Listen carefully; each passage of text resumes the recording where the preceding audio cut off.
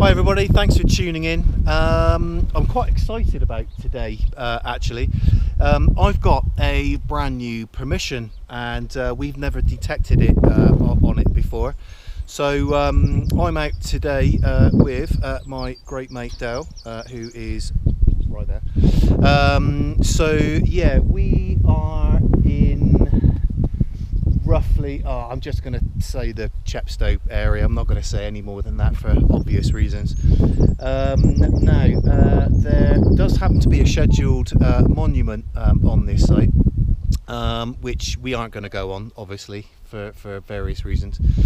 Yeah, so it's a brand new permission. I've got a really useful article on the website for gaining permissions, and one of the techniques was from the article was what I've used to gain this permission. So yeah, it's a good read. So check that one out if you're looking for more land.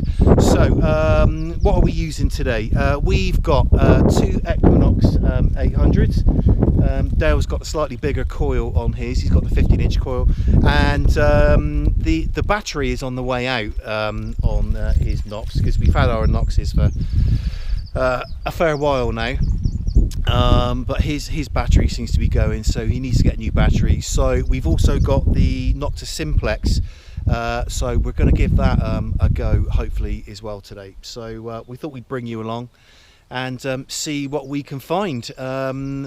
Fair bit of history on this site. The scheduled monument goes back, and there was a lot of activity from about 1100s onwards, so hopefully we'll have some interesting footage for you. So without further ado, we'll bring you along and see what we can find.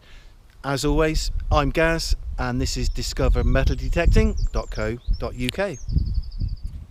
Okay, got a little one here. I almost missed it, in fact. So I've got the headphones off so that you can hear it, and I've turned up the iron volume slightly so you can hear what's going on. A little bit of iron there,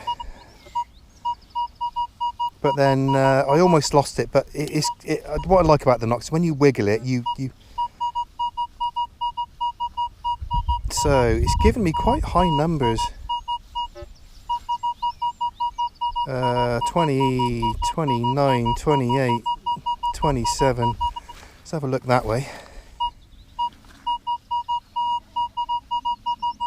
26, 27, 28. Good numbers. So let's have a little look and see.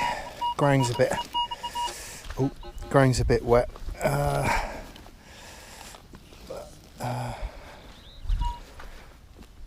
Okay.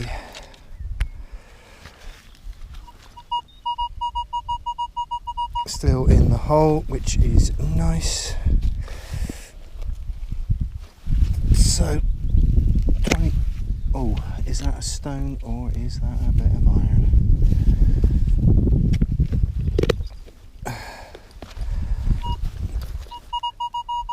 Actually, that is out. It must have been a stone. Right.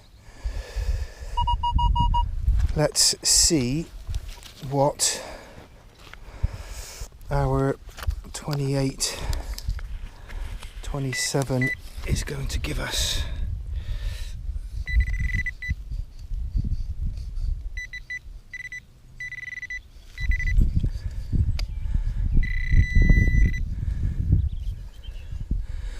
Where have you gone? That looks like a coin. First target on a brand new site, and it looks like we've got a coin. So let's have a little look at that. Have I just clipped that slightly? That does look like a modern coin. That's an old 2p piece. Okay, so that would explain the numbers. So an old 2p piece, most of that would have been copper, hence we were getting 26, 27, 28, almost a lock on. So yeah, there we go. 2p piece, but first coin in. Okay, another target in. It's kind of giving me a 17, 18.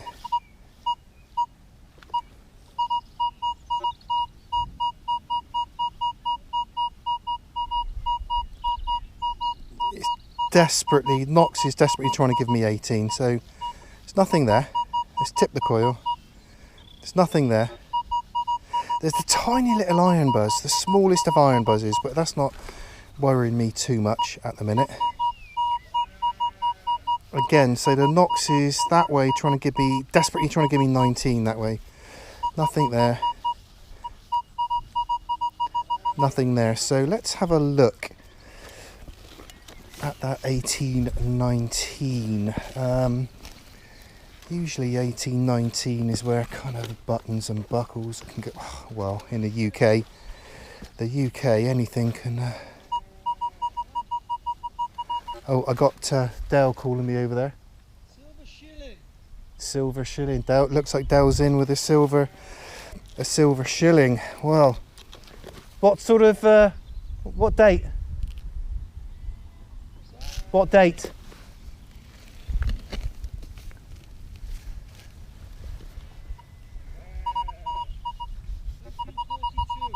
Uh, 1842. 1842. Well, wow. So yeah, we're getting there. So we've literally only been here 15 minutes.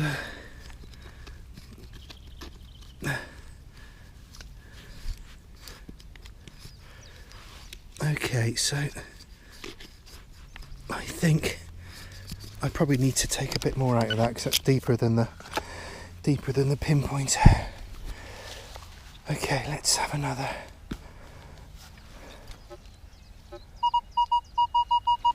Actually, I am completely off. I must have been just clipping the edge of the coil, so that is still in the side of the clod.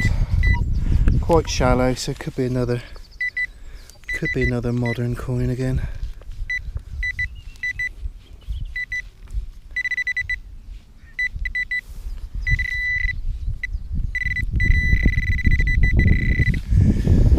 Okay, so I can see something metallic. Let's have a little look there. And what have we got there? That looks.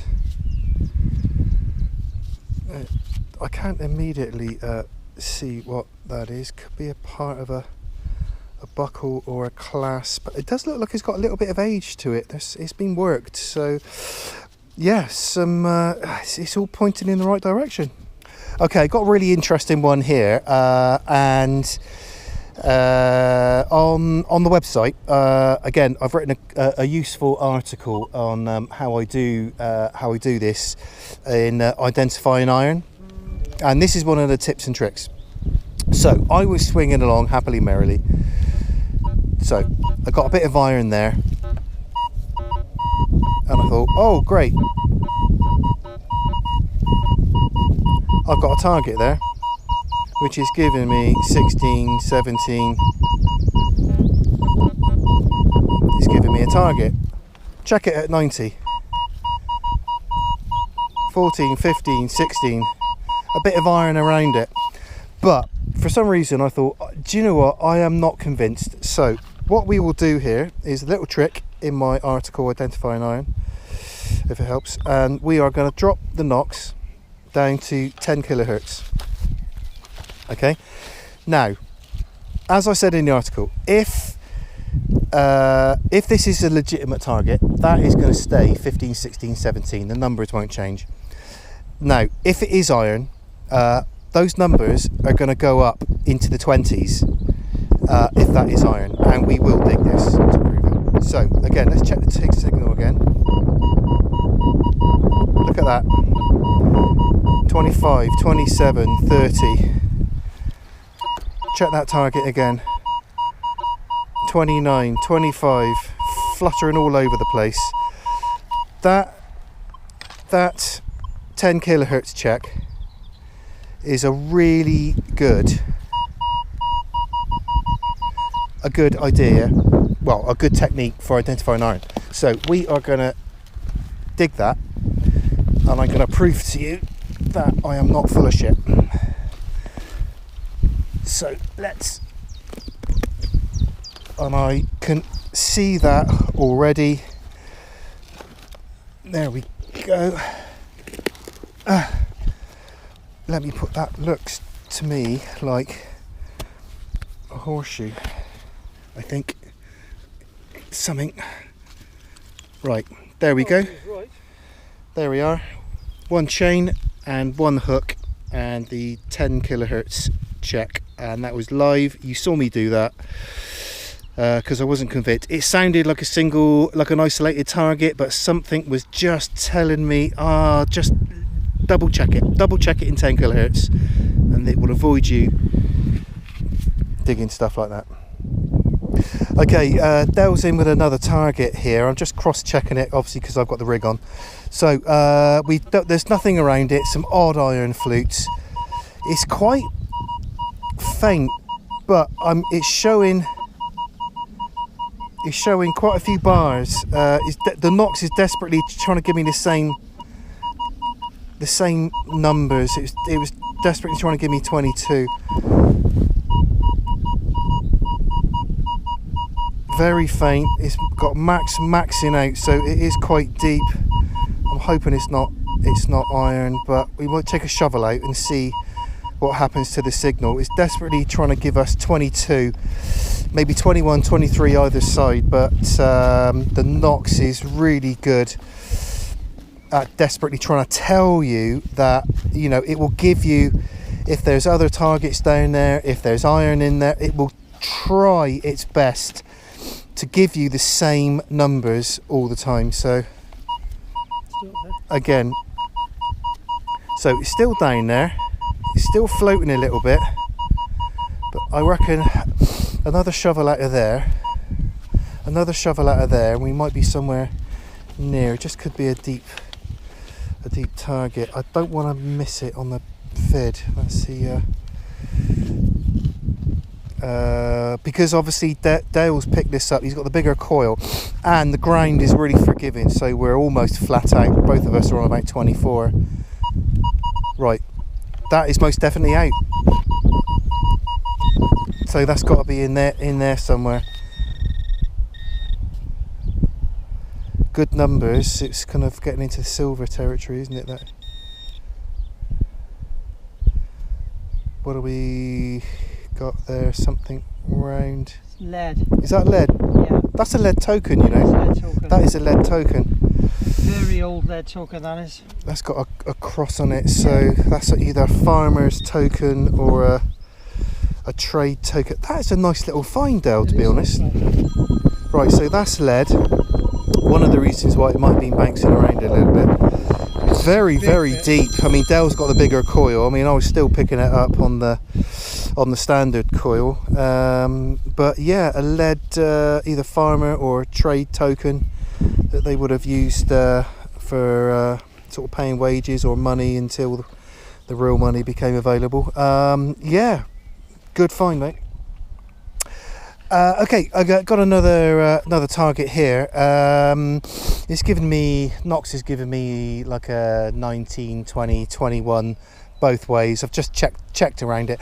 I just want to say the Nox is really behaving itself today. The ground is quite forgiving.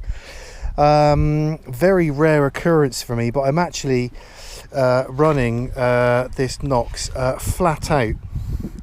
So I'm on 25.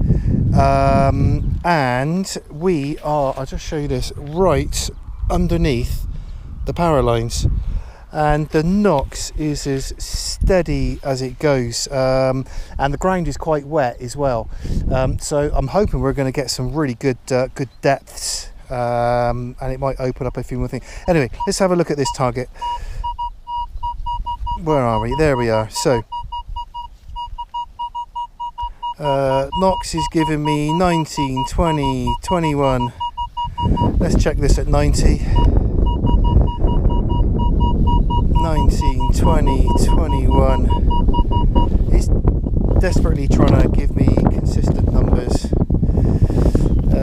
So I do trust the old girl when it does that. 19, 20 to 1. They're quite useful numbers. That's sort of knocking on the door of small silver or small copper, so quite conductive targets. Okay, so that is most definitely out. Let's hope this is worthy of your time. Oh, maybe it's not worthy of your time. I can see what that is. That looks to me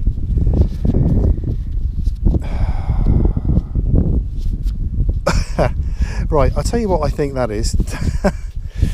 What is that doing in the middle of a field? That I think is a dart body for playing darts.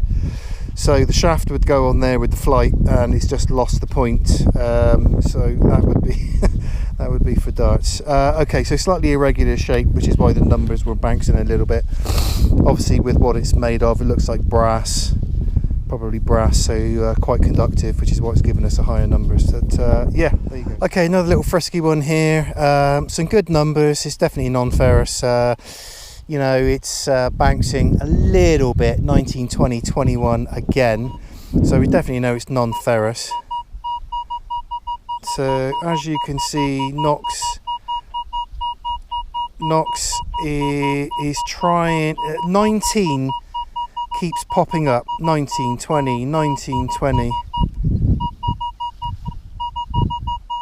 19, 20. Let's try that at 90. Again, 19, 20, the odd 21. That is definitely got to come out, isn't it? So definitely non-ferrous, could be slightly irregular or on edge. I think as VDI scales increase now, I mean obviously the Knox goes up to 40, but on newer machines they tend to go up a lot higher, up to sort of 90, 99, things like that. So more and more targets, I think you're very rarely going to get a complete lock on with one number these days, because it's so finely tuned. It will bounce a little bit. You just got to get in the, as long as you're in the right ballpark. That's stiffened. It's kind of still giving me 19, 20, 21. Okay. Oh, can I see? What can I see there? Is that? Well, it's definitely out anyway. Okay, let's see what our slightly bouncy 19, 20, 21 is giving us. Right, I can see what that is now. Albeit I was hoping that that was going to be something a bit more interesting for you guys. Nevertheless, it is still interesting. And I don't even have to put my glasses on to tell you what that is. That is very, very highly conductive. Now, I really don't mind being corrected, albeit I'm fairly sure on this. So, you can see a screw thread on the top, and that is quite clearly broken. Now, on there will be gradients. I can't quite see that, I haven't got my glasses on. But that would have been a part of a ring and nose, which would have screwed into an anti-aircraft shell. And that, I believe, is the a part of a delay fuse on an anti-aircraft gun, like the flak or the ACAC weapons. So basically you would adjust these to delay the fuse to adjust the height on where they exploded. And when they did explode, obviously these completely shattered and just went absolutely everywhere. So sometimes you do dig these up, and they are really highly conductive. So that is a piece of World War II history there. That is a brass highly conductive part of a delay fuse on an anti-aircraft shell. So there you go. That was at a nice little target. What did that come in at? What was that coming in at on your 19, I think it was. about a 19? Yeah, it's not silver. I mean, we do like to find silver ones of these. I mean, that is absolutely tiny, so that's got to be long to a child, but yeah, it's modernish, sort of a copper alloy. Nice little thimble. Yeah, nice little find, and it's quite well intact actually, isn't it? The edge is quite good. Yeah, nice little find. Okay, I got a little one here. It's a lock-on 12. You can see Knox is just given me 12, 11, 13. So yeah, either side. Desperately giving me. Let me just pinpoint that actually.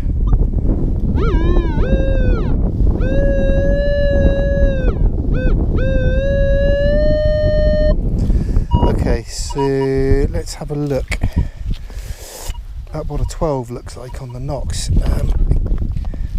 Again, it's kind of foil hammer territory, but as we all know in the UK, we have to dig foil.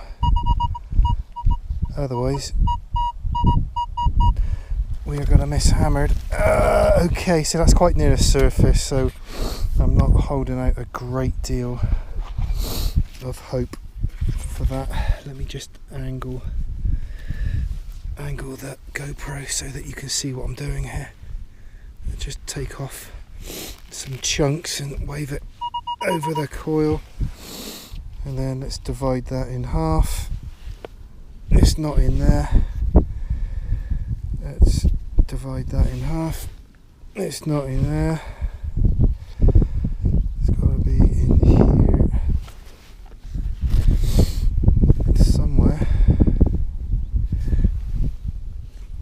Well, we're getting smaller. In fact, I can see something in there which looks like a little tiny little copper stud.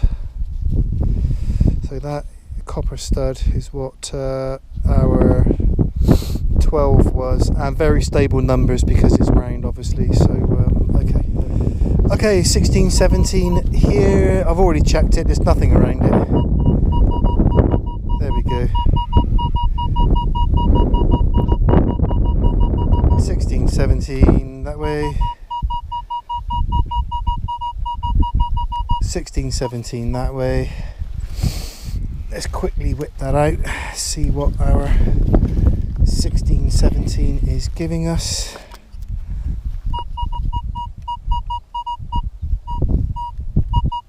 Yeah, that's definitely out. Okay, let's use the coil and then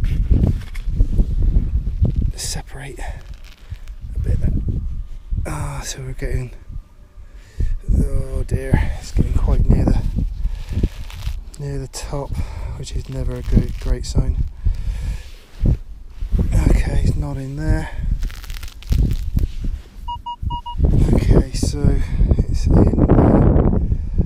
there, and I can see that we probably, most of us have dug those before, and if you don't know what that is the leg ring off a racing pigeon. There are websites that you can go on and you can give them the number, and you can actually let them know that you found the ring, and the bird probably doesn't exist anymore maybe, but okay, so yep, racing pigeon identification ring, there we go.